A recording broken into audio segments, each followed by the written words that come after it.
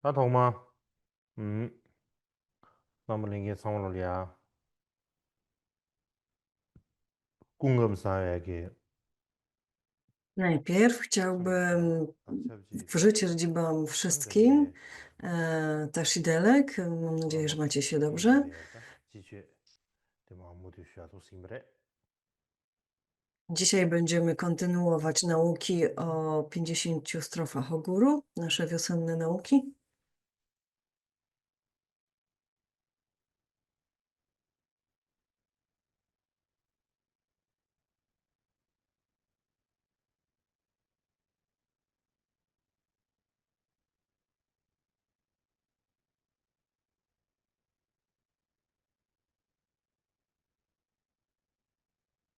다 드네 인주산다디 kops바바디 아주 거와토 요르스타나 음 Więc doszliśmy do tego punktu w tekście, zaraz pokażę. 아주 사디야 kops바바디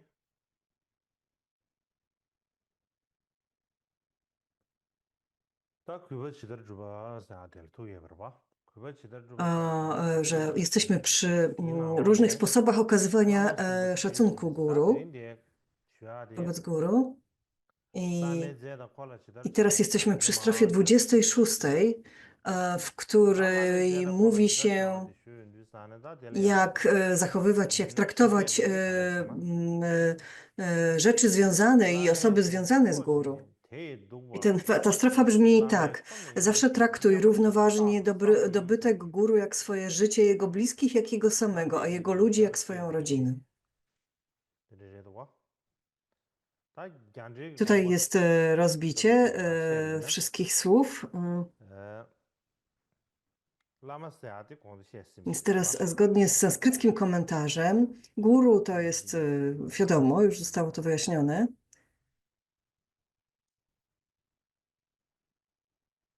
알라소 다 라마네 공부 시했습니다. 라메 Więc słowo guru już 소시 zostało wyjaśnione. 제다데 거와토 Em, 요르사나 나는 Dobytek 노르코 라메 to 주노르라데 może być, 라메 mamy 다도 traktować tak jak 노르코 swoje życie. 라메 Czym jest ten 디비사데 dobytek? To znaczy, to są osobiste 다 przedmioty 델라야 należące do guru, 대화시야데나 ale 라메 też 시기 równie 만드니 często, 시와레스 나는 czasami dzieli się, 노르샤데 w tym 에네 komentarzu 시야데 dzieli się 무르스 to na 디비나 takie 노르데스 przedmioty 에네 티가 użytku 티가 osobistego 소야데 oraz 시기 노르데스 ziemie, 다도디 domy, 디자이 nieruchomości tak 디자데 zwane. 렐티티 A 컴바데 te 제다 델라 oraz takie 라베 osobiste, 젠다 wartościowe 디시나 rzeczy 에네 typu 나마데 jakieś 에네 złoto, 티가 srebro, 라베 inne 티르다데 osobiste 에네 티기 노르스 rzeczy. 다데서 에네 소는 지츠고레사 소사데 소고왕볼 화이미치 Więc te wszystkie rzeczy 티히샤데 trzeba 소 należy postrzegać 다데 jak swoje życie, 지츠고레사 traktować jak swoje życie. 다데 두바 라마시인사 Teraz tutaj bliscy, że jego 다델레야다다 bliskich mamy traktować jak siebie jak 겐제나오네 jego 라메 samego. 두바 Więc 라마시인사 kim są ci 지츠고레도와 bliscy? 다 W 라마시인사 라마노스 komentarzu 라메 두바 sanskrypcji 시아데 mówi się, 고아쿠요르스나 że, 라메기 że 인기 두바 ci bliscy 나나 다다 to 겐제 są ci 달로레야 wszyscy, którzy 루무스 są bliscy jego serca, którzy są mu drodzy. 다다 이또가도 마스 대가르사나 라메기 투게베 주무 단도나 라메기 성윤 다 내줘봐 나오려다 고 성윤 To może być dogma 라메기 성윤 po tybetańsku, 야나 albo 라메기 ktoś, 다 albo ukochany, 시그레 ukochana, czyli na 시아데 przykład mąż, żona guru, 다 되네 czy partnerka guru. To 대 mogą być 콜리 również jego dzieci, 고사데야 대 나로나 대 cała jego rodzina, 디야데 czyli 디야데 ludzie bliscy guru. 디시고디도와 다 도나디 된다도 지구입니다 라메기 코 Inaczej, w różnych tłumaczeniach inaczej 디지시나 라메기 ten termin został tutaj przetłumaczony, 라마샤 inaczej jest interpretowany. 콜라니 위에봐 A potem 디두바 ostatnia linijka mówi, a jego ludzi jak swoją 라메 rodzinę. 콜라 Traktuje jego 녜지바 ludzi jak swoją 다데서야다 rodzinę. 녜는지 Więc kim są ci jego ludzie? Ludzie. 녜지데 녜자와는 To 신첸데 są 달라도 wszyscy jakby, to 이시나오네 jest jego otoczenie. To są 얌바라샤 ludzie, 디 którzy dla niego 다시 pracują, którzy z nim przebywają, że 얌바샤바사 ich 지도와 powinno się traktować jak swoją rodzinę, jak swoich przyjaciół. Nyambar A to słowo karu równoważnie, czy nambar też w yuwa mebe równowadze, nami mebe kore. czyli bez Yuwa mebe rozproszenia, ane tatus tak zawsze. sembar chegures. Tende Hindustanda kono shibana lamegi kuju saze de zuene rang so shindo be tu dado do so shindo be so da bu imbata jebar zingures tana shi lamegi Czyli jakby w równowadze, nying du wa lamegi gebe ta sa bezustannie, w ten sposób. Czyli to tutaj ta cała strefa pokazuje, jest takim wskazaniem, jak powinniśmy traktować rzeczy, które należą należące do góry oraz ludzi mu bliskich, czy ludzi, którzy są z nim związani, z nim przebywają, pracują i tak dalej. Powinniście i tutaj w tej równowadze, to myślę, że nie chodzi o taką medytację. Myślę, że nie chodzi, to słówko nie wskazuje że mamy to tak traktować to wszystko, kiedy jesteśmy w medytacji, tylko po prostu chodzi o to, że chodzi o to, że bez rozproszenia, nieustannie, nie tracąc uwagi, nie rozpraszając się, nie przerywanie, w coś w tym stylu. Tak samo jak otoczenie guru, ludzi guru tak zwanych, powinniśmy traktować tak samo jak swoją rodzinę czy swoich przyjaciół.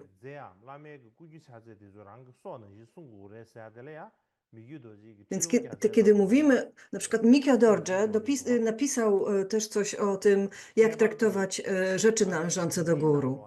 I on pisał w ten sposób, że w szczególności tantry nauczają, że powinno się ochraniać dobytek guru, jak chronić go jak własne życie. I że powinniśmy dysponować dobytkiem guru, tylko jakby przekazać go tylko tym, których guru wskaże. Nie powinniśmy sami nim dysponować, mówiąc, że robimy to dla dobra nauk, albo dla dobra istot, albo czegokolwiek. Po prostu sami nie powinniśmy decydować o dobytku, który należy do guru. Jeżeli tak zrobimy, to będzie bardzo poważne przewinienie, bardzo poważne złamanie samaja.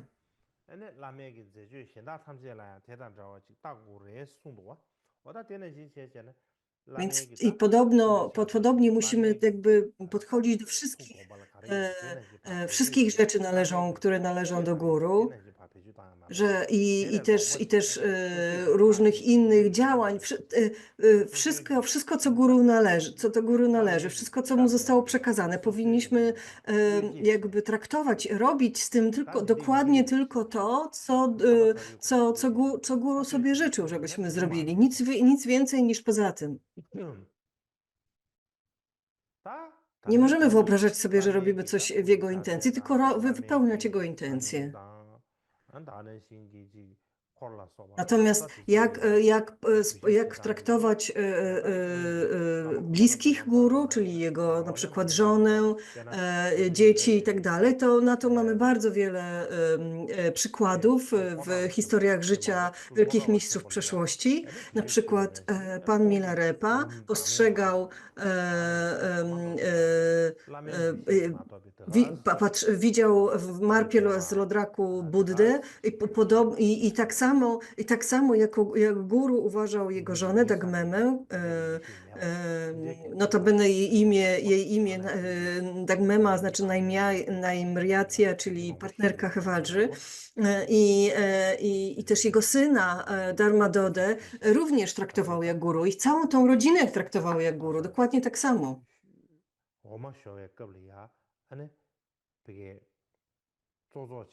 Na przykład, kiedy ona doiła krowę,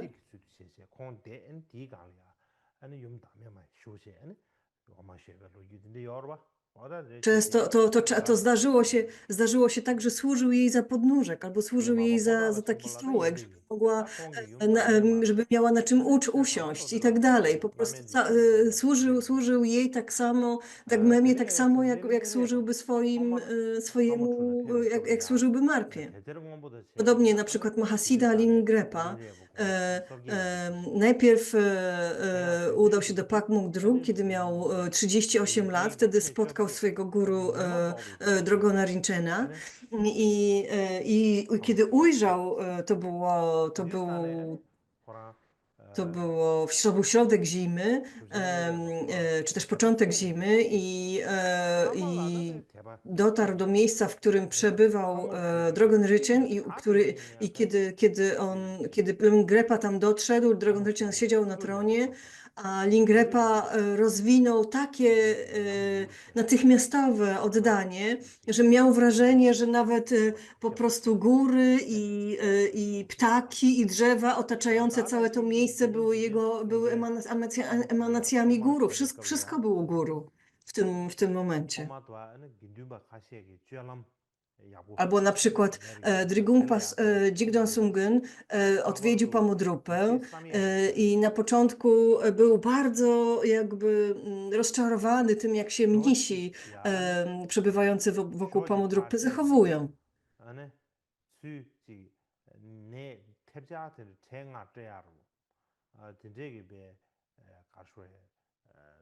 Czyli na przykład źle się zachowywali, albo wydawało się, że mają jakieś złe intencje i tak dalej. Zaś Jigden Sungün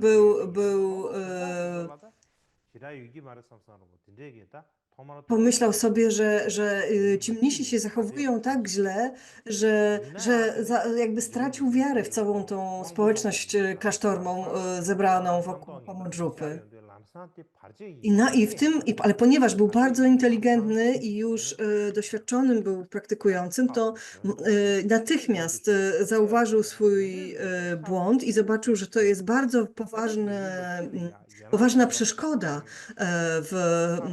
w tym momencie, kiedy przybył do swojego guru, więc przez całą noc modlił się, recytował siedmioczęściową modlitwę, tak często jak tylko mógł, żeby oczyścić ten czyn i potem jakby pokłonił się i składał dary wszystkim mnichom, którzy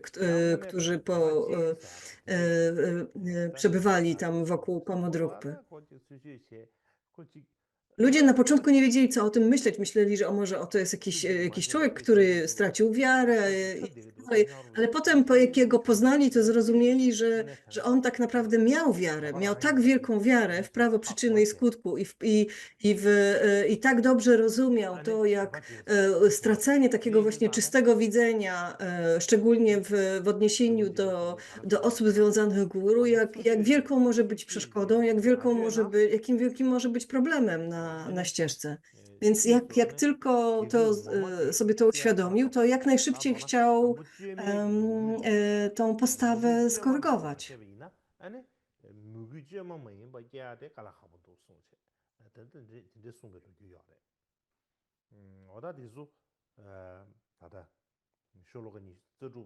Wiadomo, że jak się podejdzie się do jakiegoś teraz podejdzie do lamy z takim sztucznym oddaniem, to później bardzo, bardzo trudno rozwiązać takie naturalne oddanie. Ono musi być naturalne i czyste od samego początku i trzeba o nie dbać, o taką czystość widzenia trzeba dbać.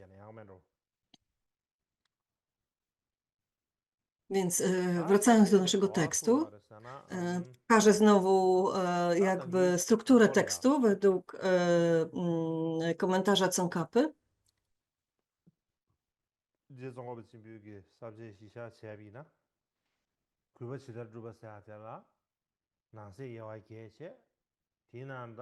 Więc mieliśmy tutaj 8 punktów dotyczących okazywania szacunku guru. Przeszliśmy już przez 4 z nich.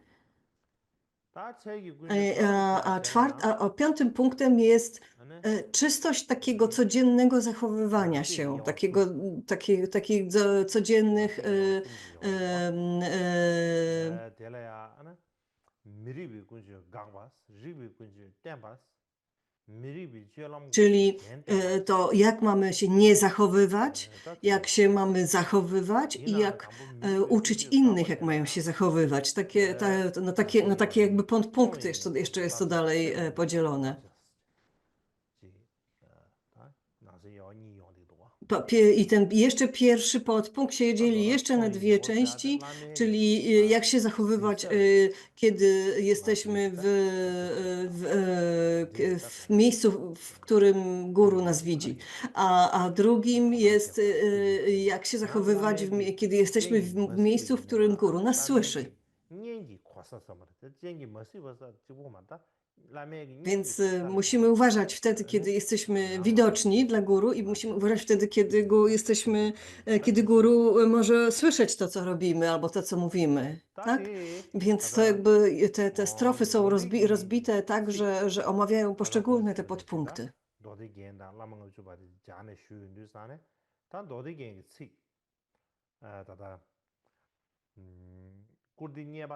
Kiedy mówiliśmy, mówiliśmy, że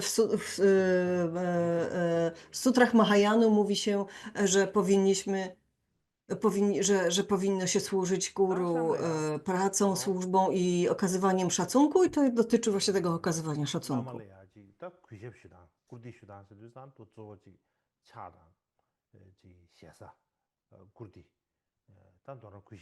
Więc ogólnie chodzi o to, jak być grzecznym. Po prostu, jak być grzeczny, jak się właściwie zachowywać w otoczeniu guru.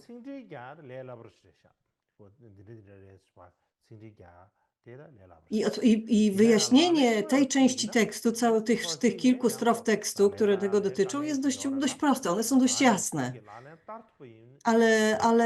Ale w sumie bardzo trudno jest je praktykować, tak na co dzień.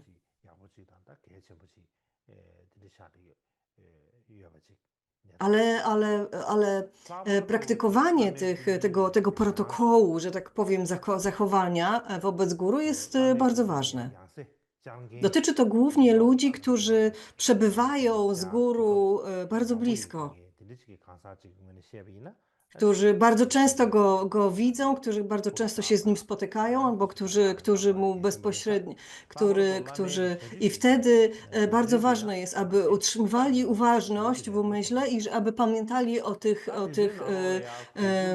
tych zaleceniach, a szczególnie kiedy służymy guru, kiedy fizycznie służymy, jesteśmy w otoczeniu guru i mu służymy, to tym bardziej powinniśmy pamiętać o tych wszystkich punktach, które teraz będziemy omawiać.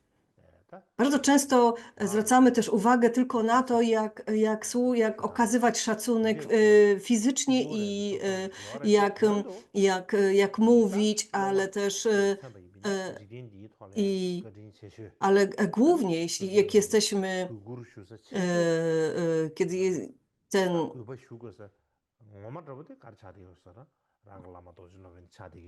Ale głównie chodzi o to, żebyśmy mieli ten szacunek w umyśle, w swoich myślach, w swoim nastawieniu, w swojej świadomości, że to jest najdroższa nam osoba, najważniejsza dla nas osoba na świecie i właśnie dlatego chcemy o nią dbać i chcemy okazywać jej odpowiedni szacunek.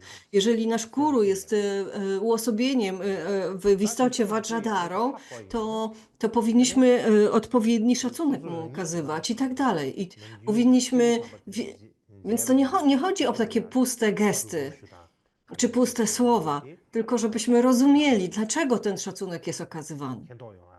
Dlaczego powinniśmy go okazywać i dlaczego jest to dla nas ważne i dlaczego przynosi nam to pożytek.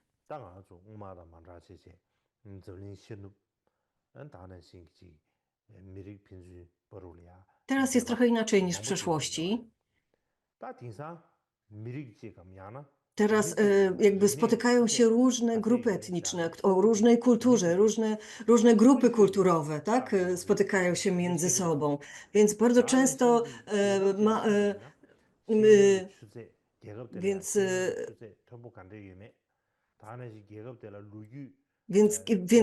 bardzo ciężko jakby musimy, bo kiedyś na przykład w Tybecie ocenia po zachowaniu, po grzeczności, po manierach danej osoby można było ocenić na przykład jego poziom wykształcenia. Ale teraz, ponieważ my jakby pochodzimy z różnych kultur, mamy różne zwyczaje kulturowe okazywania szacunku, to oczywiście te wyrazy szacunku mogą być bardzo różne. Dla Tybetańczyków bycie uprzejmym, posiadanie dobrych manier, okazywanie szacunku jest niezwykle ważne. Nasi praojcowie mówili, że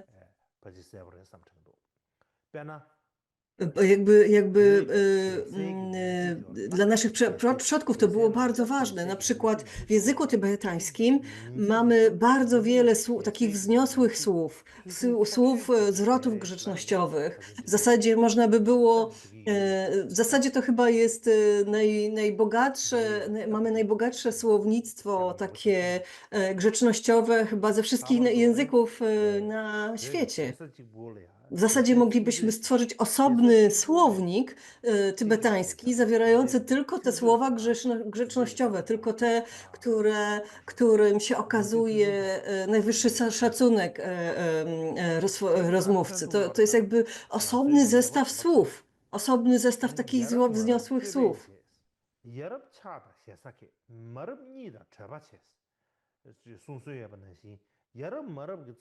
Że dla Tybetańczyków używanie takich wzniosłych słów było jak używanie, jak pokłony.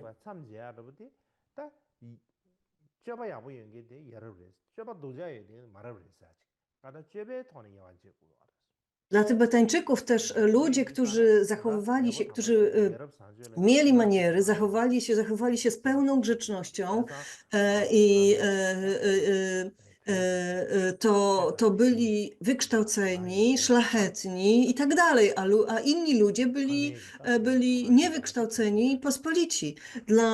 W kulturze tybetańskiej było to bardzo wyraźnie jakby zaznaczane, to się jakby bardzo mocno utarło w myśleniu Tybetańczyków.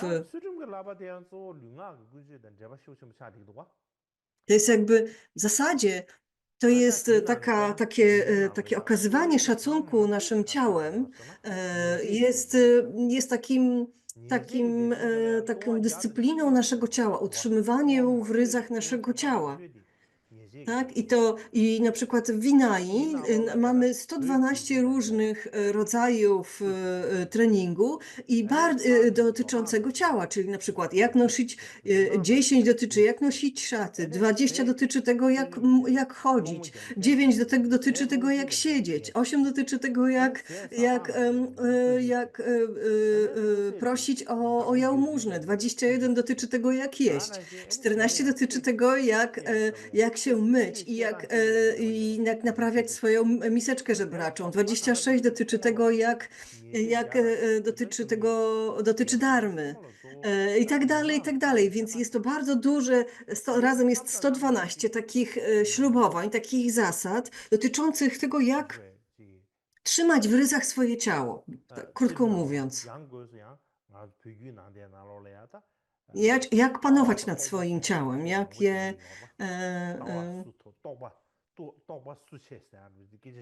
Często w buddyzmie mówimy o poglądzie, o urzeczywistnieniu, ale kiedy mówimy o poglądzie czy urzeczywistnieniu, to tak naprawdę dotyczy tylko bardzo niewielu buddystów z nas, bardzo niewielu z nas, tak? Ale w gruncie rzeczy, czy możemy, nie widzimy ani urzeczywistnienia innej osoby, ani wiary innej osoby, ani poglądu innej osoby.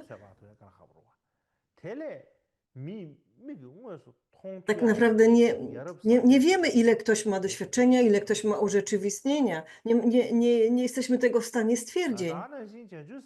Ale z drugiej strony możemy ocenić taki szlachetny sposób zachowywania się, szlachetny sposób bycia innej osoby.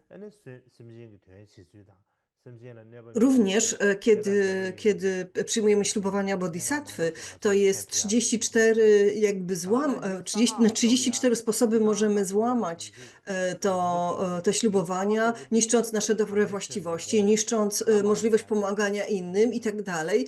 Są różne wskazania, jak tego nie robić, w związku z tym, co robić, czego nie robić. I główne dotyczą tego, że nie powinniśmy porzucać dharmy, że powinniśmy utrzymywać wiarę w naszego guru i powinniśmy być współczujący wobec czujących istot. To są jakby trzy główne. I to, jak utrzymywać wiarę, oddanie do guru, jest opisane właśnie w tym tekście 50 strof o guru. Dlatego to jest bardzo ważne. To jest bardzo ważne, abyśmy ten tekst znali, abyśmy te zasady znali i rozumieli, skąd one pochodzą i czego dokładnie dotyczą.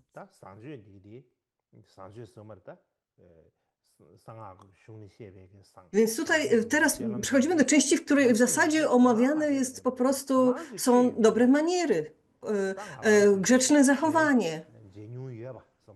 I powinniśmy na to naprawdę poważnie traktować i zwracać na to uwagę.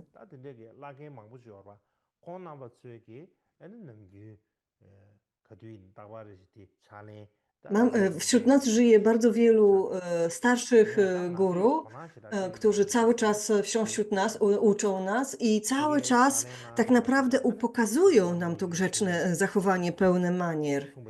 Ale my na to nie zwracamy uwagi. W zasadzie, jak popatrzymy na to, co uczy 50 strof, o czym zaraz będziemy mówić, to w zasadzie, jak się dobrze zastanowimy, jak to dobrze przeanalizujemy, zobaczymy, że ci starsi lamowie dokładnie tak się zachowują, że dokładnie jakby działają zgodnie z tymi regułami opisanymi w tym tekście właśnie. To jest bardzo... Tybetańczycy, ludzie z rejonu Himalajów, bardzo wiele utrzymują jakby w swojej kulturze, w swoim sposobie bycia, sposobie zachowania, utrzymują bardzo wiele z tych zasad opisanych w 50 strofach o guru.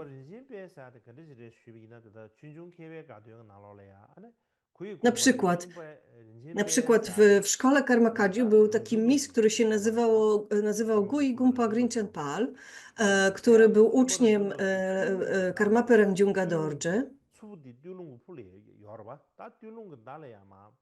I kiedy Rangdung Dorje jakby zatrzymał się w takim rejonie dolnym Tulung, bawiło się tam bardzo wiele dzieci. Tak, oni zbierali takie ususzone placki krowie, i bawili się i tak dalej. I w którymś momencie ten obóz Karmapy miał takiego wielkiego psa, takiego wielkiego, dużego, groźnego psa. I on w którymś momencie zerwał się z łańcucha i pobiegł w stronę tych dzieci. Dzieci nie wiedziały z początku, co robić. Ale jeden chłopiec był bardzo inteligentny. Był stał taki duży jakby zbiornik, do którego wrzucało się na przykład różne zbierane na polu przedmioty, krowie placki i tak dalej. I on po prostu przewrócił ten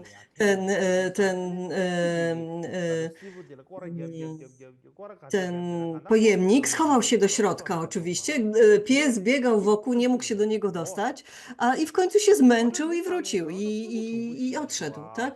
Więc w ten sposób jakby chłopiec okazał bardzo dużą bystrość, bardzo dużą inteligencję. I Rangjung Dorje widział to, jakby obserwował tą całą sytuację, pomyślał sobie, że ten chłopiec jest bardzo inteligentny, naprawdę inny od reszty i poprosił rodziców, może oddacie mi tego chłopca, ja się nim zajmę, ja się o niego zatroszczę. I rodzice się zgodzili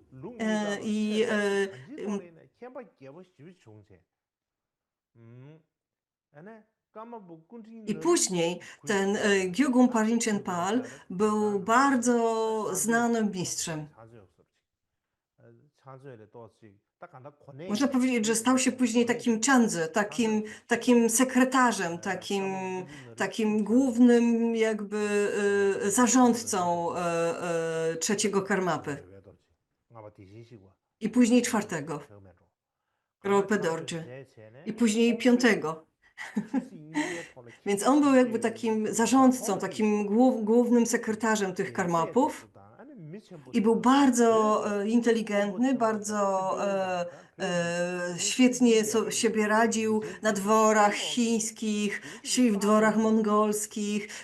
Wszyscy ci królowie i wszyscy tam dworzanie go chwalili. On był naprawdę inteligentny. Nie tylko jeśli chodzi o dharmę, ale też jeśli chodzi o politykę, o zarządzanie, o ekonomię. Był naprawdę bardzo bystrą osobą. I wszyscy go niezwykle szanowali.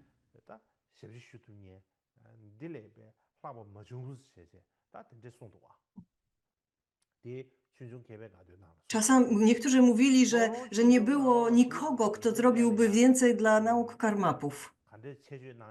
Był tak dobrym uczniem tego karmapy.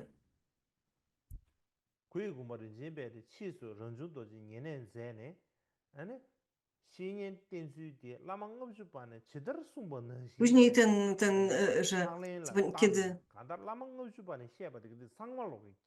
I potem mówiło się, że ten Gumpa Rinchen-pal praktykował dokładnie wszystko, słowo, tak jak zostało opowiedziane, przedstawione w 50 strofach o guru. Że on był dokładnie takim uczniem, że on dokładnie tak się zachowywał, tak praktykował, tak służył swojemu lamie. Później, kiedy już doszedł sędziwnego wieku,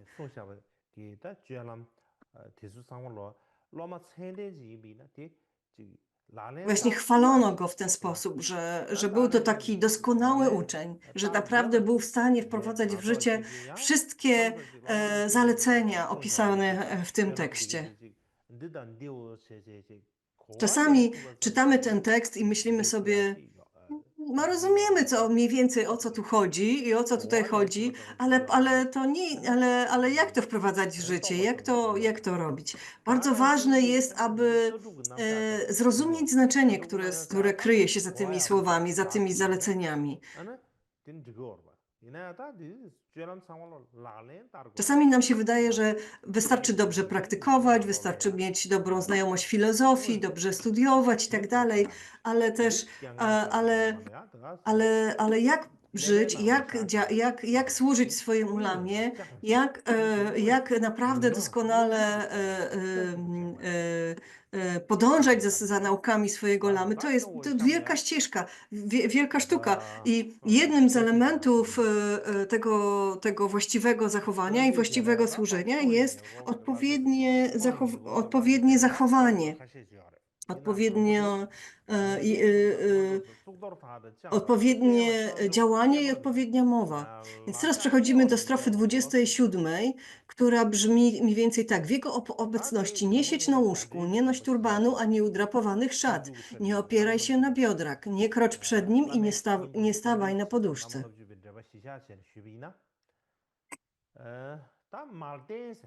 Więc więc tutaj nie siedź na łóżku. To czym jest to łóżko? To jest po prostu miejsce, w którym się śpi, tak? Mówi się, albo materac, można powiedzieć materac, czyli miejsce, w którym się śpi. w którym zazwyczaj leżymy i śpimy. Kiedyś posiadało się tylko jedno takie miejsce, to znaczy było to jedno miejsce, w którym się spało, siedziało, jadło i wszystko robiło. Tak więc to był ten materac i to o takie miejsce chodzi również, o wszystkiego tego rodzaju miejsca.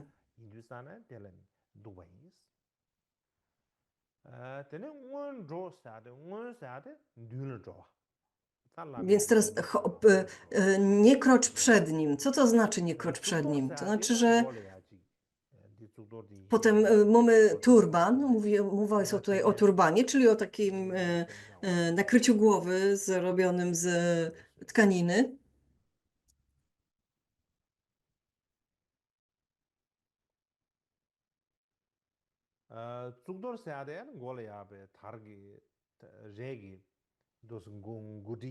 Czyli tkanina, którą się tak zawija wokół głowy, tak jak w Punjabie.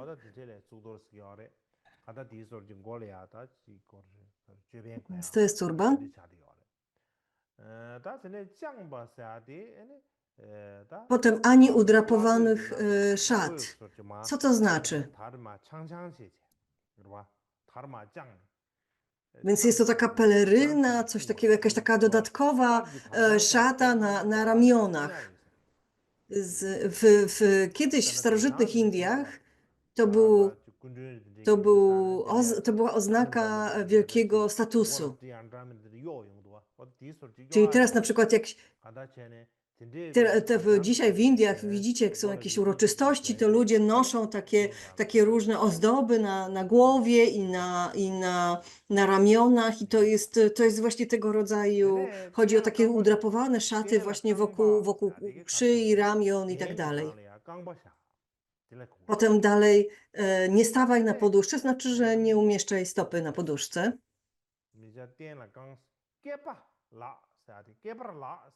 I potem mówi się o biodrach, nie opieraj się na biodrach. O biodra to są nasze biodra.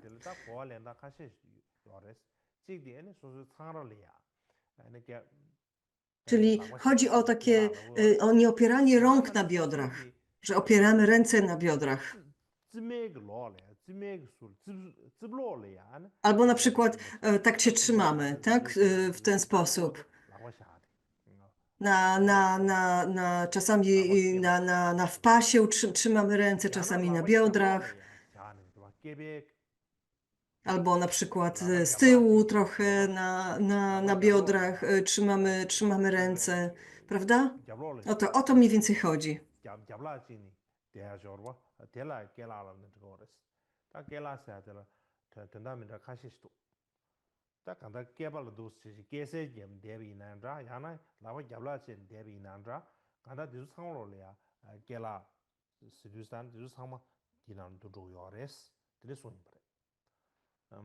Więc tutaj chodzi o to, że raczej powinniśmy trzymać ręce z tyłu, ale nie na biodrach. Tak to zrozumiałam.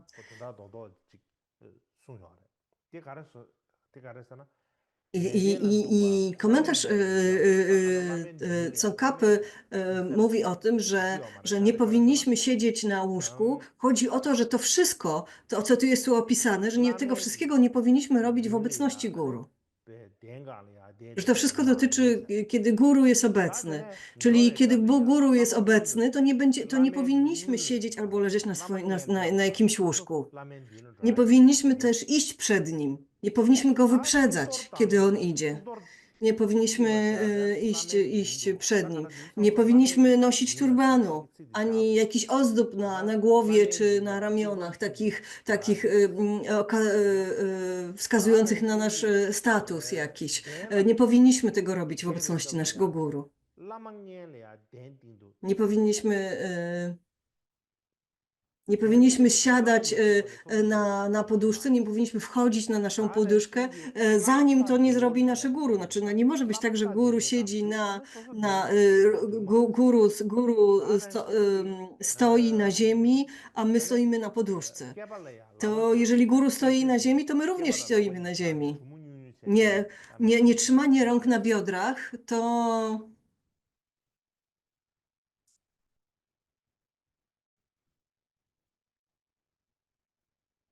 w obecności guru?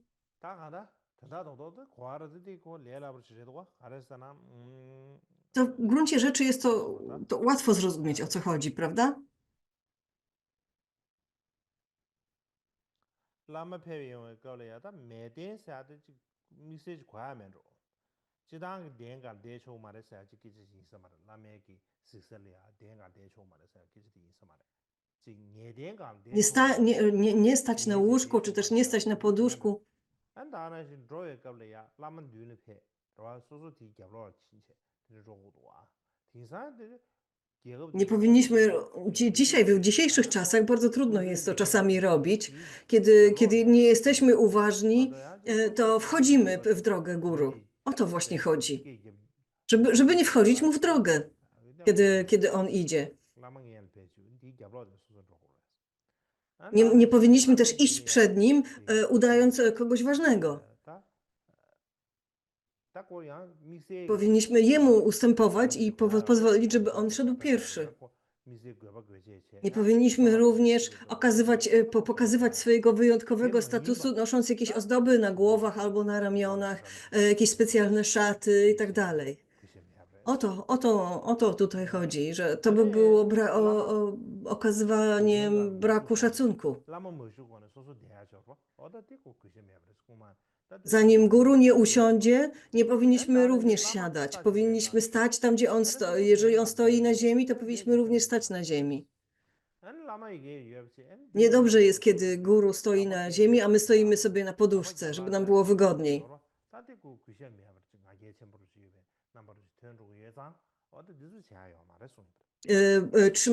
Trzymanie rąk na biodrach jest okazywaniem dumy. Tak naprawdę jest to taka postawa, bardzo dumna postawa i dlatego nie powinniśmy tak robić. Teraz mamy kolejną strofę, 28, która brzmi mniej więcej tak. Nie pokładaj się i nie siedź, gdy guru wstaje. Zawsze wykonuj zlecone zadanie z największą zręcznością i zaangażowaniem. Według sanskryckiego komentarza pokładanie się to pokładanie, to leżenie. Nie powinniśmy tego robić w obecności guru.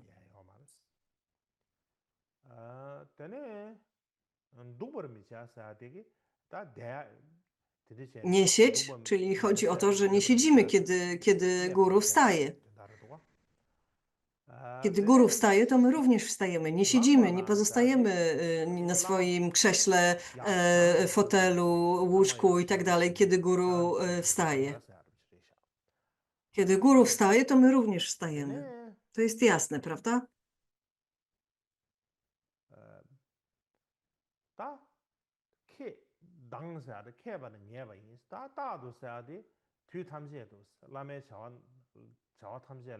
Tutaj jest mowa tutaj pojawia się takie słówko jak energia i zręczność, co ja przetłumaczyłam na zręczność i zaangażowanie, że powinniśmy wykonywać zlecenia z dużą energią, czyli zaangażowaniem i z dużą też zręcznością, najlepiej jak potrafimy.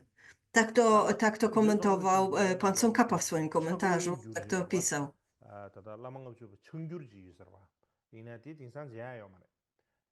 Mamy też inne tłumaczenie tego tekstu, jest inne tłumaczenie tego tekstu, który Tsongkhapa tutaj jakby cytuje, że nie leż i nie siedź, kiedy guru wstaje i kiedy guru siedzi lub wstaje. To my powinniśmy siedzieć. To my powinniśmy stać, przepraszam. 뒤다도 라마티 닝구르기 자왈라 당케스야 돼 당와 양와 Powinniśmy mieć również okazywać jak najwięcej zręczności i energii, czyli takiego zaangażowania w spełnianiu jego poleceń, jego próśb, jego zaleceń.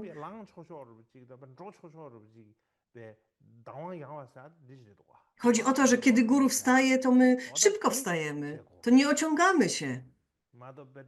Tutaj też to o to chodzi.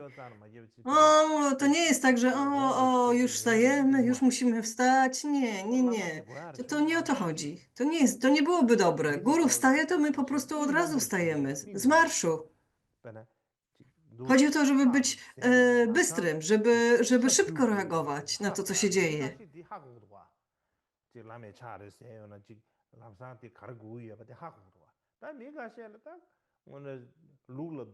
Niektórzy ludzie dobrze wiedzą, co ofiarować guru.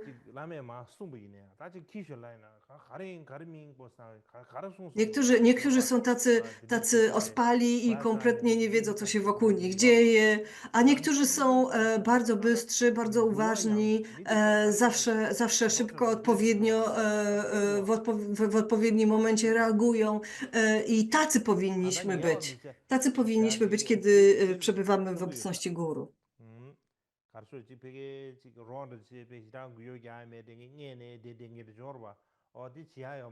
To nie może być tak, że leżymy i jak zwłoki i ociągamy się z tym, żeby wstać albo żeby ruszyć się gdzieś i tak dalej. Tak być nie może. Więc to wszystkie więc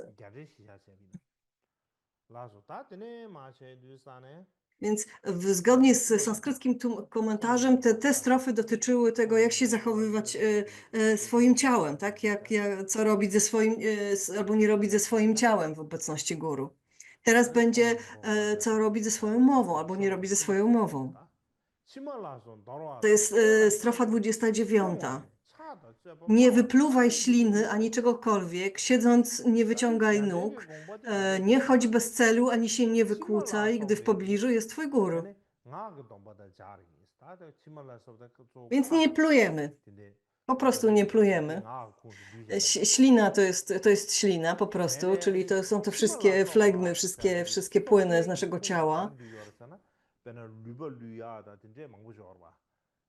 Więc tutaj chodzi o ślinę, o to, co wychodzi z naszego nosa, co wychodzi z pomiędzy naszego zębów i tak dalej, i tak dalej. Te wszystkie rzeczy. Co wydłubiemy sobie właśnie spod języka albo z pomiędzy zębów i tak dalej, i tak dalej. Tego się nie wypluwa i nie usuwa w obecności guru.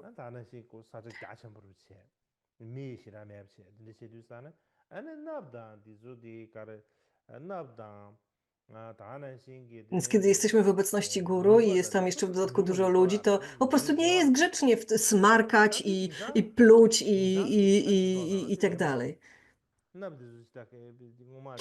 Kiedyś w Tybecie to było normalne. Wszyscy tak oczyścili nos wokół siebie.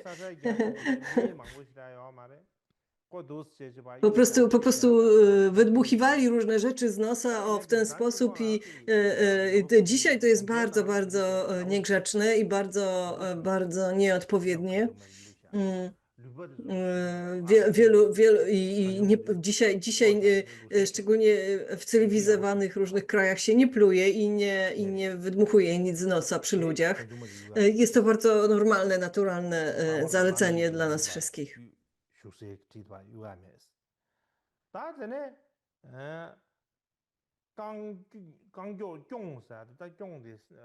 Nie wyciągać nóg, znaczy nie chodzi o to, żeby nie rozciągać nóg.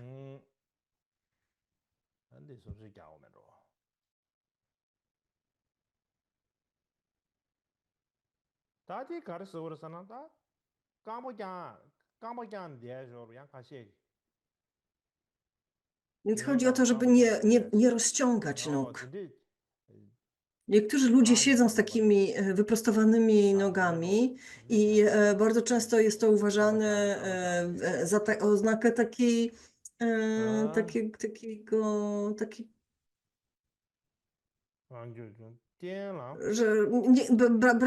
że to jest niegrzeczne zachowanie. Takie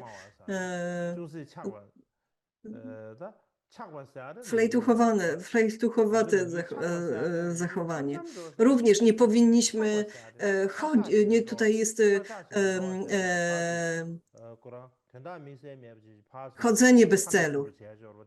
Czyli chodzi o takie, że wychodzimy, wracamy bez celu. Chodzi o tego rodzaju chodzenie. Nie wykłócaj się. To znaczy, tutaj nie chodzi o takie debaty tu nie chodzi o takie darmiczne debaty, tylko chodzi po prostu o kłótnie. O wyrzucanie z siebie jakichś złych słów. Tego rodzaju rzeczy nie powinniśmy robić w obecności guru. Zgodnie z komentarzem pana Tsongkhapy,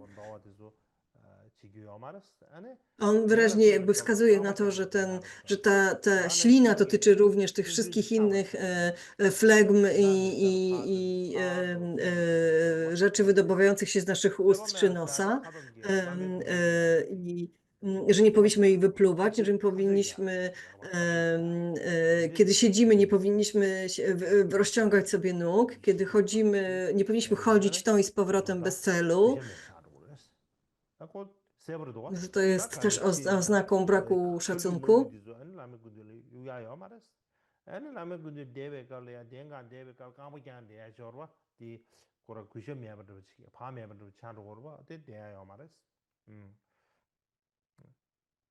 Trzeba też wspomnieć, że kasłanie i na przykład w obecności guru jest po prostu złe, bo jest niebezpieczne. Nie powinniśmy też z tego względu robić, smarkać czy kasłać w obecności naszego guru. Jeśli chodzi o te kłótnie, to po prostu nie powinniśmy, to jest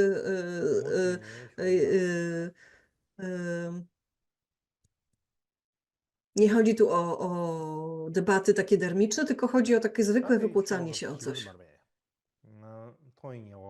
Teraz następna strofa. Tutaj mamy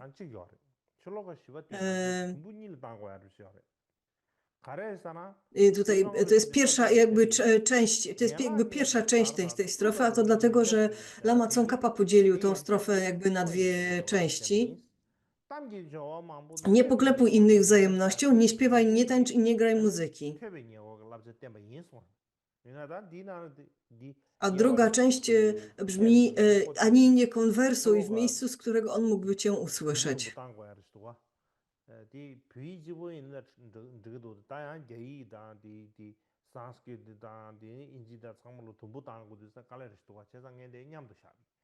Więc tutaj jakby tybetański i sanskryt jakby nie pasują do siebie tak dokładnie, słowo do słowa.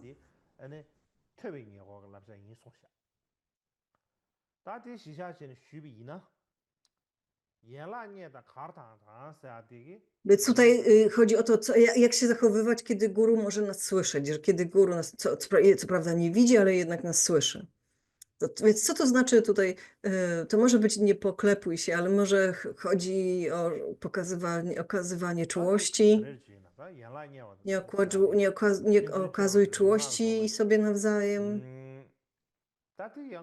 To jest trochę są różne tłumaczenia tego zwrotu.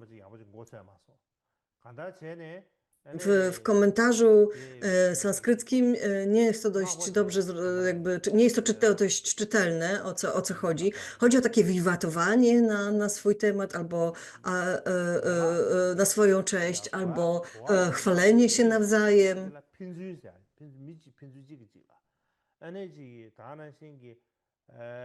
Chodzi o z wzajemnością. Na przykład to słowo wzajemnością może mieć różne znaczenia. To może być rozumiane jako chwalenie siebie, wzajemne się przechwalanie.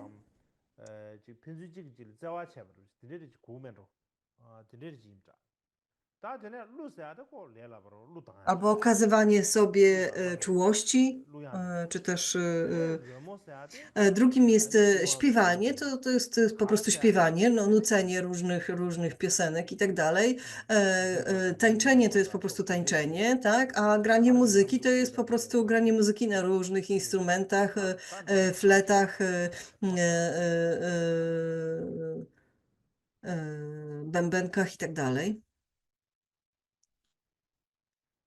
다들 이게 공부디 지정급의 친구 제가 시작하면 안에 Pan Tsongkhapa wyjaśniał to w ten 가르스야데 sposób, że ta pierwsza 로모도 linijka 소고요 dotycząca tych 아니 pochwał 다 albo okazywania 가르스야다 로모도 야마서 dotyczy 루시아도 다야 masowania siebie nawzajem. 루시에베는 지금 송고르당데 또 Więc są naprawdę 송고르당데 różne 또 interpretacje 뭐야 다는 신기 tego 로모도 słówka. 뭐야 너보다 근데 Oczywiście, 다는 신기 kiedy mamy Gana Czakry, kiedy 맞아 라멘 mamy 나와면 Puchet Sok, to 다 możemy 라멘 śpiewać, 나와면 możemy tańczyć, 라멘 możemy 땀이 거네 grać 다 muzykę. 제베 Również 지금 możemy to robić wtedy, kiedy mamy pozwolenie guru. 로다 갈라서 버려 몰라서 다는데 그거 믹스에 없지 라멘 나와면 없지 Ale 되게 chodzi o to, że nie 그래도 이제 powinniśmy się 와데 bawić głośno nagle w ten sposób, kiedy bez pozwolenia 라소 guru, 다 kiedy guru 되네 jest obecny, a my sobie urządzamy 땀기 좋아 망보는 태빈이요 przyjęcie. 또 미자사 다 되게 되네 마 제정가 친구 Druga część 제가 dotyczy 되게 그분이 말로도 rozmawiania 땀이네 tam, gdzie guru nas słyszy. Więc to jest jakby 그분이 인사도 powiedzmy 땀보는 strofa 지가 30b 타미니티 albo BC. 네 땀기 좋아 망보는 지가 타마니버디 땀기 좋아 망보는 태빈이 I nie 태빈이 konwersuj w miejscu, 미자서 z którego on mógłby cię 아 땀기 usłyszeć. 좋아서야지 에네 다다 잔드시 야샤비나 땀기 좋아서야지 니리기 담스 니리기 담스야지 버지 니리 좀 한도 다지 지 촉신기 계절을 지고 봐 따진 Więc tutaj 다 chodzi 다 o takie dyskutowanie, o takie głośne dyskutowanie, głośne negocjacje, tego rodzaju rozmowy. 착당기담 초리 착당기담 니리기담 다는 신기다 취규를 시행고요. Takie różne, może jeszcze nie kłótnie, ale różne dyskusje, kiedy na przykład polityczne czy inne. A takie w stylu, o, Geluk powie to robią to, o, Kadzi powie to robią tamto, o, Sakya to robią tamto i tak dalej. I bardzo często tak sobie siedzimy i gadamy w ten sposób. Tego rodzaju konwersacje w miejscu, w którym guru nas może słyszeć, są nieodpowiednie.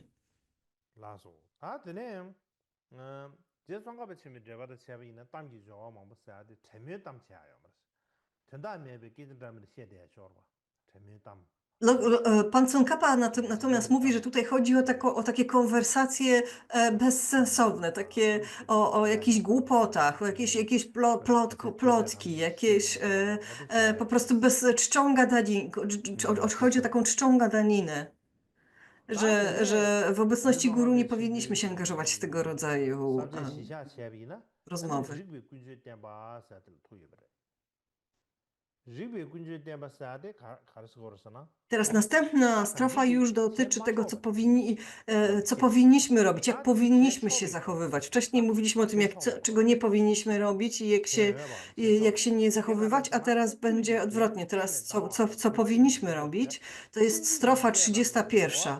Pokłoń się, wstając z miejsca, a siedząc utrzymuj uniżoność. Nocą, gdy drogi mają być niebezpiecznie zalane, idź pierwszy, jeśli takie otrzymasz zadanie. Kiedy drogi mogą być niebezpiecznie zalane. Oczywiście pokłanianie się, pokłony jest jasne. Chodzi o okazanie szacunku, kiedy wstajemy, kiedy odchodzimy od guru, kiedy kiedy nocą, kiedy o tych niebezpiecznych, zalanych drogach, to chodzi tutaj chodzi o nocą, to znaczy wtedy, kiedy jest ciemno, na przykład jest niebezpieczna droga i jeszcze w dodatku rzeka mogła wystąpić z brzegów, mogła zalać tą drogę, więc jeżeli guru nas poprosi, to powinniśmy iść pierwsi i sprawdzać tą drogę, tak? Idąc przed guru i jakby, żeby go ostrzec. Więc to jest jakby taki wyjątek z tej reguły, że uczeń nie powinien iść przed guru, ale jeżeli otrzyma tego rodzaju polecenie, to oczywiście powinien to zrobić. 이제 종합의 신비기 제가 시작 제비는 디 가르쳐서나 뚜디 사디 가르쳐서나 다 소소 되네야 람비 컬리나레 마 데비 컬리나레 Więc teraz pan Tsongkhapa w swoim komentarzu omawia to w ten sposób, że pokłoncie się, kiedy wstanacie, czyli chodzi o taki zwykły pokłon, że powinniśmy, żeby podobnie kiedy podróżujemy razem z naszym lamą nocą i kiedy droga jest niebezpieczna, to powinniśmy sami sprawdzać tą drogę, iść przed nim i sprawdzać z ostrożności czy żeby umożliwić bezpieczne przejście dla naszego guru. Czasami drogi są niebezpieczne. W Tybecie szczególnie, na przykład w przeszłości było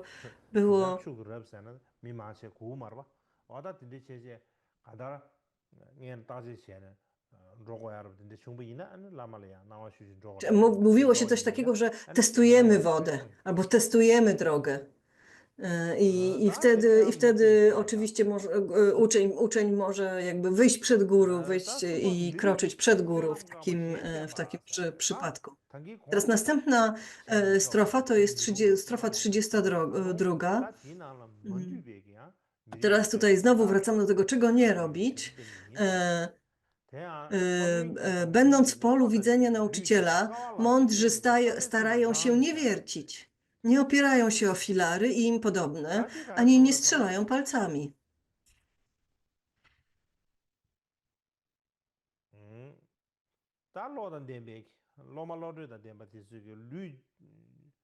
Mądrzy, czyli to są ci bystrzy i inteligentni uczniowie. Nie wiercą się, czyli nie opierają się o filary,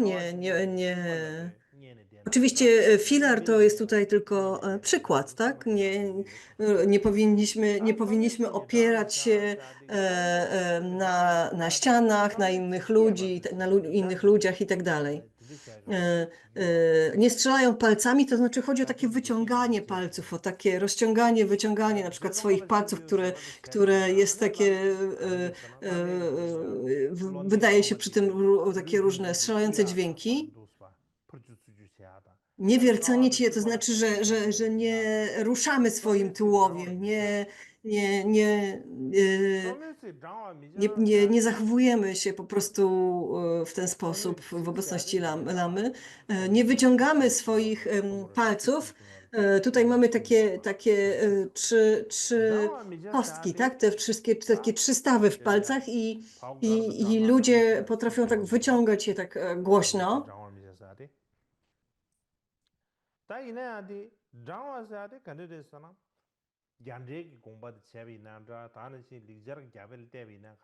Więc zgodnie z komentarzem sanskryckim, niektórzy ludzie tak właśnie robią. Tak jakby wyciągają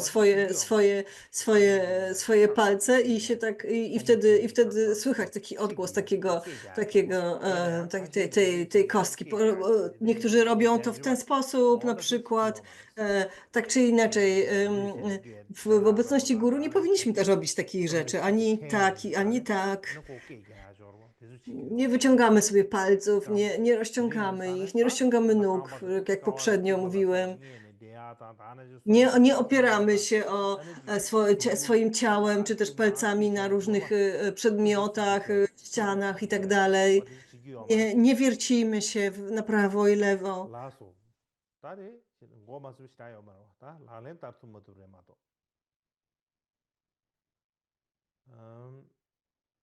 To oczywiście wszystko jest zrozumiałe. Pytanie tylko, czy możemy to faktycznie wprowadzić w życie? Czy możemy się czy faktycznie praktycznie potrafimy się tak zachowywać?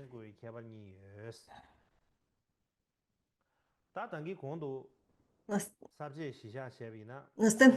Następna strofa mówi o naszej mowie, chyba.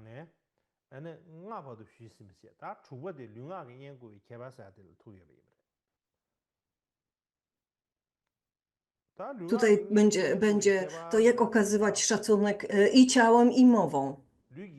To jest strefa 33. Kiedy na przykład myjesz jego stopy, czy też nawilżasz lub masujesz jego ciało, rozpocznij i zakończ pokłonem i czyń zgodnie z pragnieniem.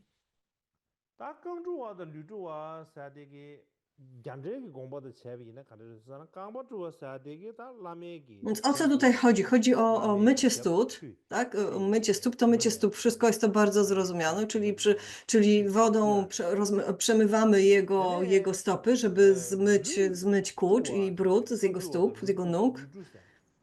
Teraz nawilżanie ciała, to znaczy, że używanie różnych kremów czy różnych olejków, żeby nawilżyć, jakby pielęgnować jego stopy, jego ciało.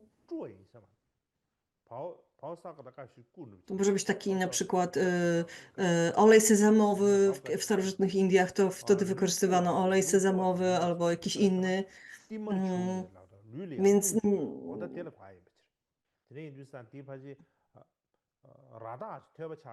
Więc tutaj chodzi o wcieranie jakichś takich olejków czy kremów w ciało lamy.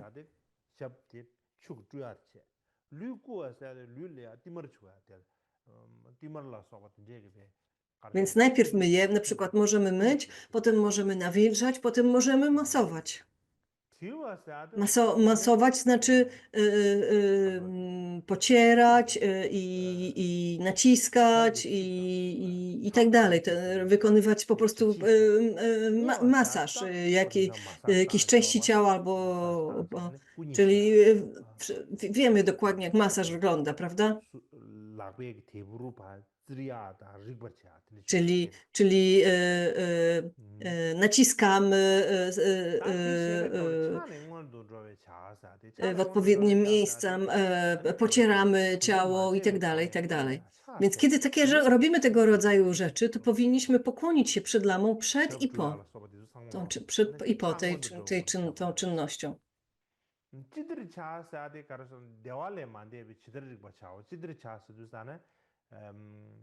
Więc jest to logiczne, prawda? Powinniśmy, to jest odpowiedź, to jest właściwe i tak więc poza tym robimy to, co jest wygodne. Na przykład kiedy myjemy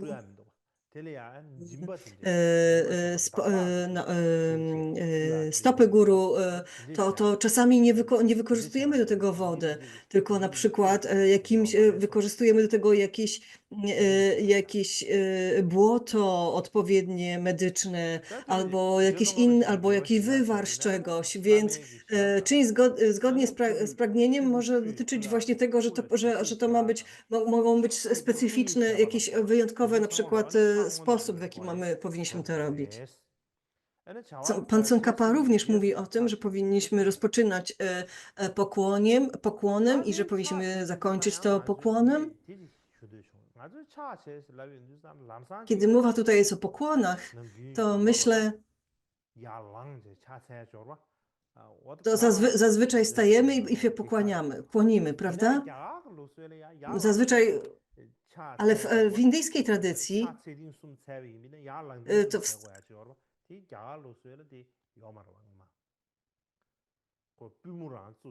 w tradycji indyjskiej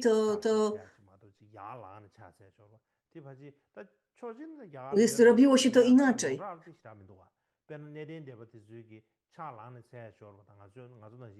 W tradycji Theravady na przykład, kiedy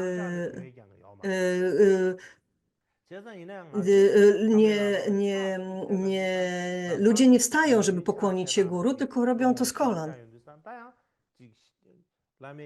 Kiedy my myślimy o naszych pokłonach, o tym, jak my się kłaniamy, że to skoro guru siedzi, a my chcemy umyć mu stopy, to jest troszkę takie, troszkę taka przesada, tak, że my tutaj wstajemy i się teraz kłaniamy.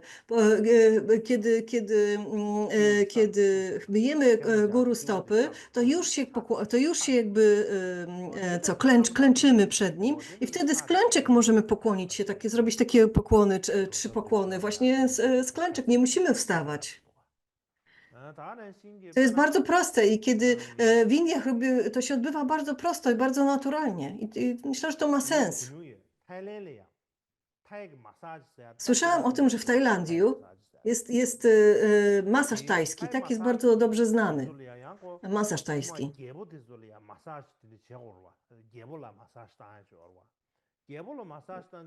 I w Tajlandii czasami się masuje króla, tak? I kiedy się masuje króla, to najpierw się pokłania przed nim, trzeba się przed nim pokłonić i tak dalej. To jest bardzo ważne. I przed masażem i po masażu masażysta kłania się przed swoim królem. To jest taka stara tradycja. Myślę, że to jest tutaj, chodzi o to dokładnie, o tą samą tradycję. Również w Tybecie,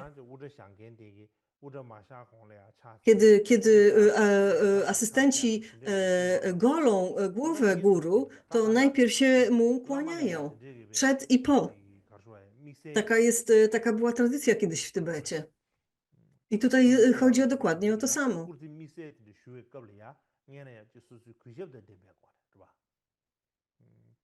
Więc cokolwiek robimy przy guru, powinniśmy robić to z pełnym szacunkiem. To jest troszkę taka ceremonia, tak to wygląda, tak?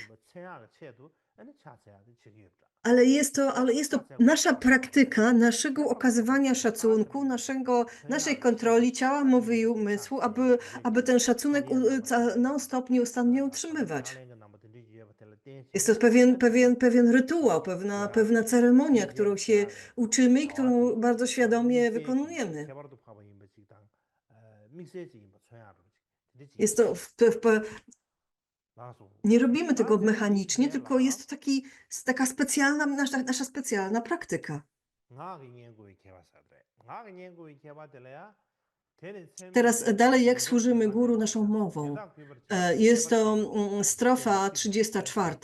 Mów o nim nie poprzez samo imię, lecz dodaj tytuł grzecznościowy. Używaj słów wskazujących na jego wyjątkowość, aby wzbudzać w słuchaczach oddanie.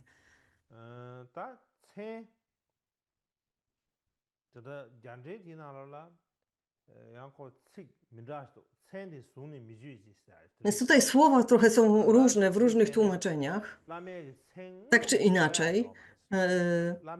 Więc chodzi o to, żeby mówić o guru, nie mówić samego imienia, że chodzi o to, żeby nie mówić tak prosto samego imienia, tak jak się mówi o innych ludziach, tylko żeby dodać tytuł bez względu na różnie to w różnych językach wygląda, to może być przed albo po imieniu, dodajemy tytuł grzecznościowy i to jest, i tak powinniśmy, czyli Sri Ratnakara Shanti, to będzie Shantipada, będzie nazywany Shantipadą, tak? Czyli nie mówimy samego imienia Shanti, tylko dodajemy Shantipada. Tak to się odbywało w Indiach w skrycie.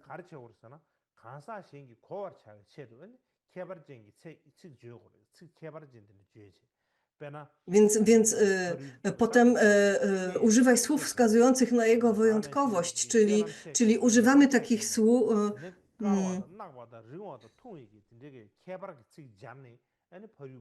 Więc jak opisujemy, mówimy o jakichś właściwościach, cechach, jakiejś innej rzeczy, to mówimy o jakichś cechach wyróżniających dane miejsce, danego człowieka, czy jest wysoki, czy jest ciemnoskóry, czy nie. Natomiast jeżeli mówimy o guru, to nie skupiamy się na tego rodzaju właściwościach, tylko mówimy o jego wyjątkowości. Na przykład w tym przypadku, kiedy mówimy Shantipada,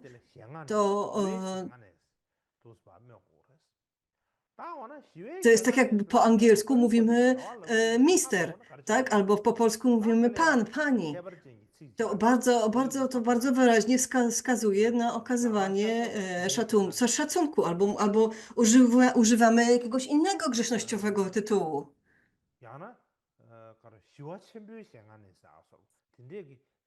Albo na przykład są takie zwroty grzecznościowe w Indiach, które wskazują, że jest to pan ze wschodnich Indii, albo pan z północnych Indii, albo pan, który robi to czy tamto, albo pan, który taką rolę spełnia, ma taki status i tak dalej. Podobne wskazówki znajdujemy w Vinaya. Na przykład Acharya Shakriprabha w swoim podręczniku, jakby w objaśnieniach do Vinay, mówił o tym, że mówiąc o Kempo, używaj wzniosłych epitetów i kłaniaj się wymawiając jego imię. Młodsi powinni używać grzecznościowych fraz odnosząc się do starszych oraz słowo Ayusman powinno być używane w odniesieniu do młodszych.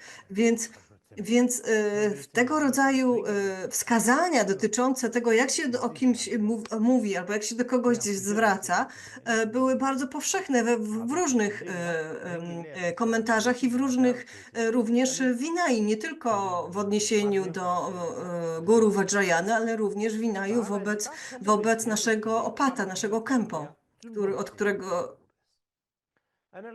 również kiedy mówimy w ogóle, odnosimy się do ludzi, którzy są starsi od nas albo ważniejsi od nas, to powinniśmy również używać tego rodzaju zwrotów grzecznościowych.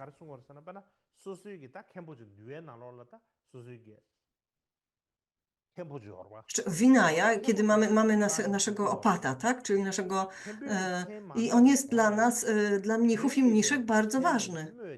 Kiedy wymawiamy jego imię,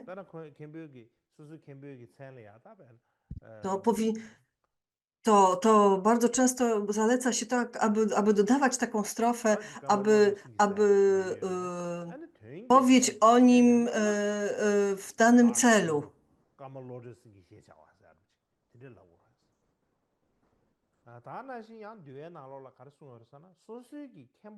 Więc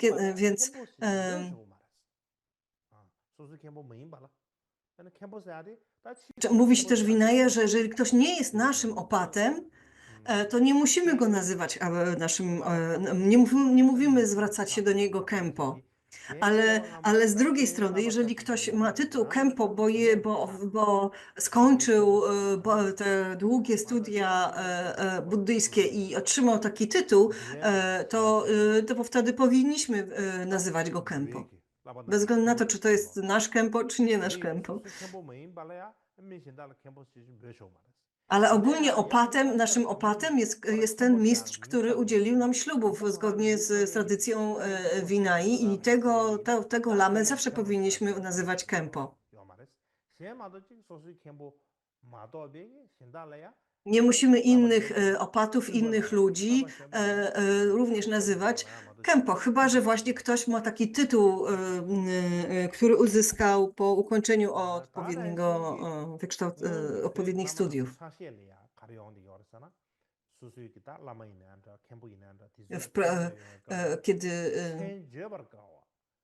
Również kiedy mówimy o...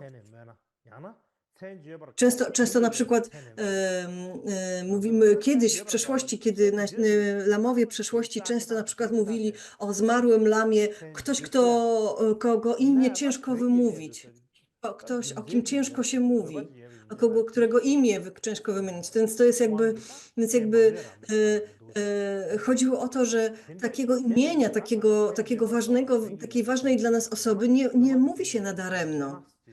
Nie przywołuje się tego imienia nadaremno.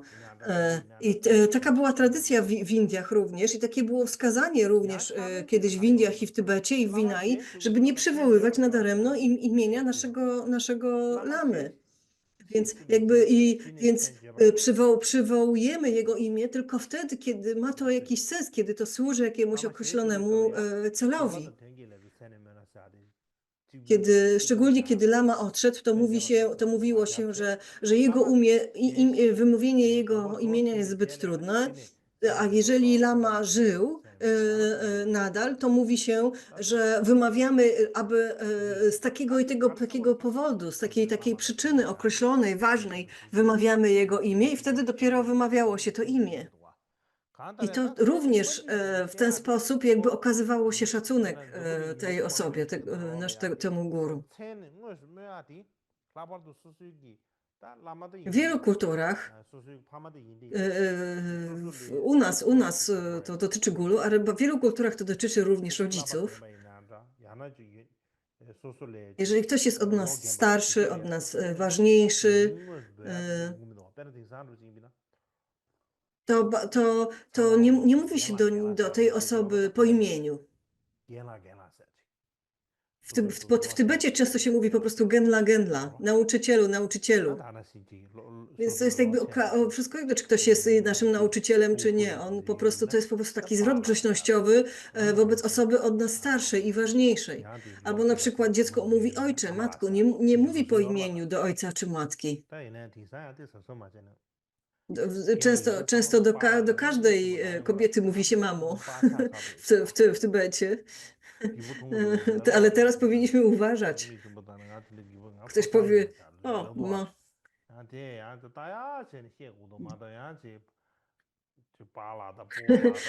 teraz jak się mówi do kogoś tato, mamo, no do jakiejś osoby, bo taki był zwyczaj, że tato, mamo mówiło się, ama, apa mówiło się do wszystkich takich starszych od nas ludzi, a teraz to jest niebezpiecznie, można powiedzieć, a teraz jest to niebezpiecznie, powiemy na kogoś mamo, a ona powie, jeszcze nie jestem taka stara, chłopcze. W chińskiej kulturze na przykład trzeba mówić na wszystkich piękność, że jesteś piękna, albo jesteś piękny. Jak nie powiesz piękny, to znaczy, że uważasz kogoś za brzydkiego. To przestaje mieć oczywiście znaczenie, bo to nie jest tak, że wszyscy są piękni. Ale to jest jakby sposób wyrażania szacunku.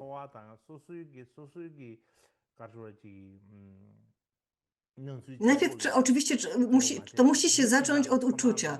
Znaczy ten szacunek trzeba czuć w sobie. To nie mogą być puste słowa.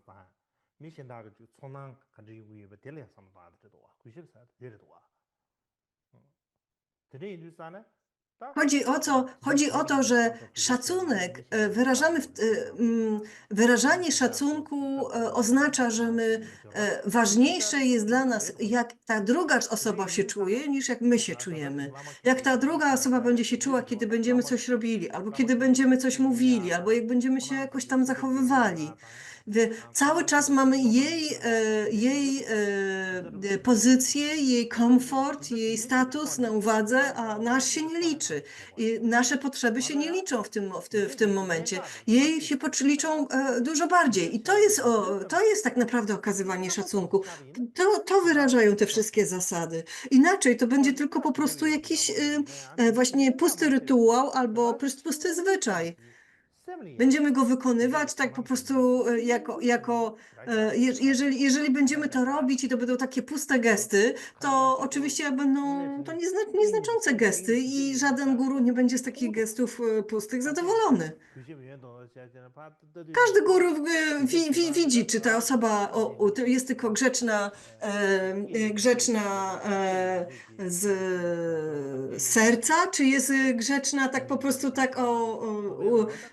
udaje po prostu grzeczną. Mówi się po tybetańsku, że pewne słowa płyną z gardła, a nie z serca. Tak? Więc my to widzimy, czy to płynie z gardła, czy z serca. My takie zwykłe, puste gesty i puste takie zwyczajowe, tradycyjne jakieś formalne gesty, zachowania niczego nie znaczą i każdy guru bardzo szybko jakby odczyta, że to jest, że to nie jest szczere. Michio Dorje mówił, że jest różnica pomiędzy wiarą a oddaniem. Mówi się, że wiara to jest, że wiara dotyczy wiedzy, a oddanie dotyczy kluczowych instrukcji do praktyki. Więc oddanie jest głębsze. Oddanie łączy się z taką tęsknotą, z takim głębokim takim właśnie oddaniem. Więc oddanie nie dotyczy tylko ciała i mowy. Ono dotyczy całego umysłu, ono dotyczy całego serca. Ono przekracza tą ekspresję naszego ciała czy naszej mowy. Oddanie jest głębsze niż wiara. Wiara jest jest troszkę płytka. Wiara jest takim intelektualnym przekonaniem. Natomiast oddanie jest głębsze i zaczynamy je po prostu wyrażać ciałą ciałą i mową.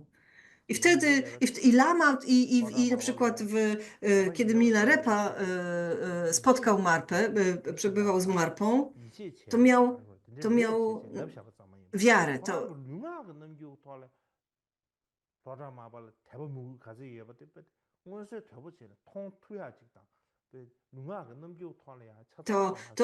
Oddanie Milarepy byłoby bardzo wyraźnie, można było było widać poprzez Milarepa bardzo mocno je wyrażał i swoim ciałem, i swoją mową. Więc tego rodzaju oddanie się jakby bardzo wyraźnie było wyrażane przez Milarepę i miało bardzo wielką moc. I takie właśnie jest oddanie. Więc wiara jest taka troszkę intelektualna i taka niepewna, natomiast po prostu jest to. Natomiast oddanie jest czymś dużo głębszym. Okej. Więc na tym dzisiaj kończymy.